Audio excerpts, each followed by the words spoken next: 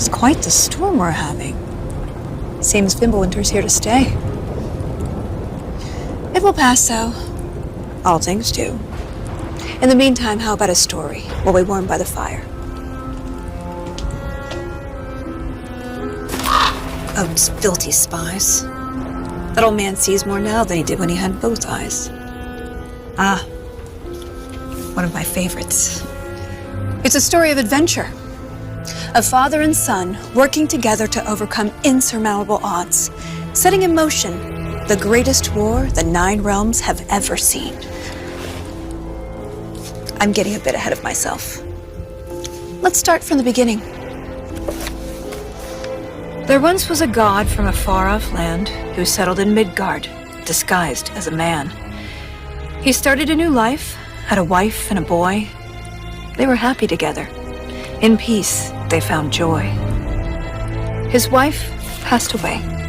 Kratos mourned with his son. But where one journey ended, a new had begun. Faye's final request, though it seemed rather bleak, spread my ashes atop the 9 realms' tallest peak. As they readied themselves for the long road ahead, a stranger accosted them in their homestead. Baldur sought answers as Odin's hand.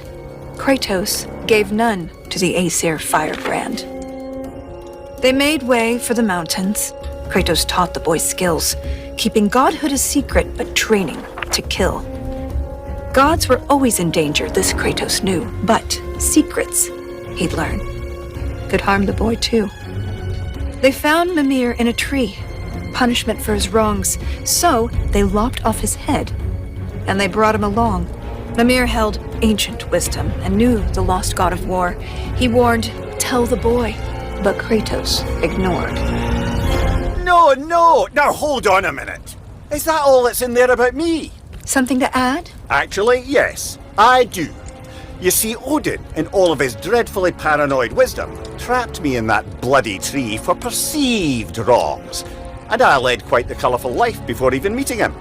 It all started when I was just a lad in the service of a great fairy king. Riveting stuff, really.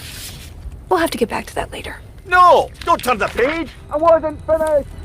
If Mimir were telling the story, we'd be here all day. Anyways, they met Freya, masquerading as a witch in the woods. A god knows a god. She would aid where she could. She cautioned, "You must tell your son he's divine." But Kratos dismissed her.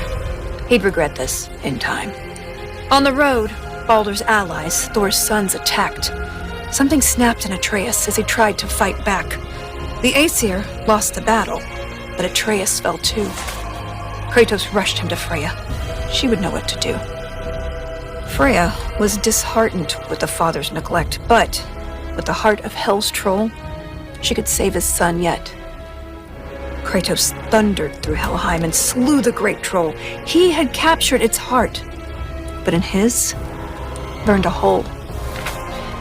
He returned with his offering. Freya cast a keen spell, and Atreus was healed, though not all was well. Kratos sat with his son, and for once he was true, revealing he was a god, and Atreus was too.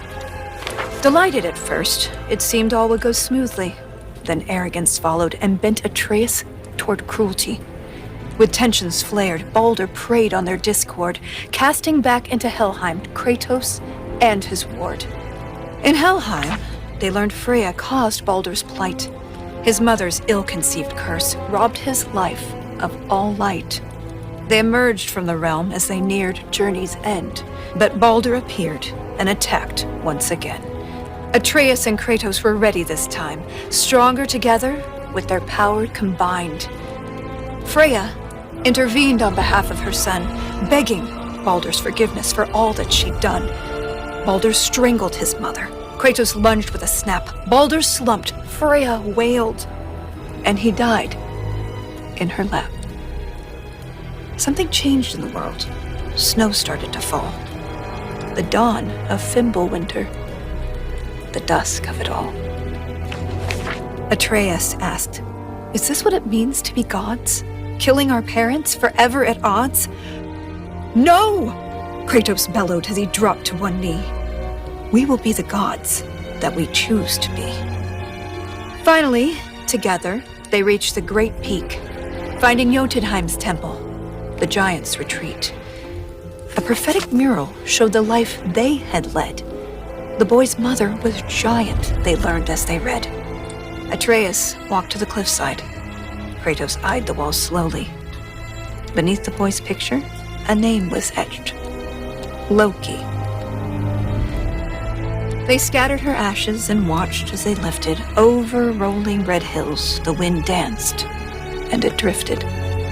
Standing side by side, feeling hopeful and new, the boy was at peace, and the father was too.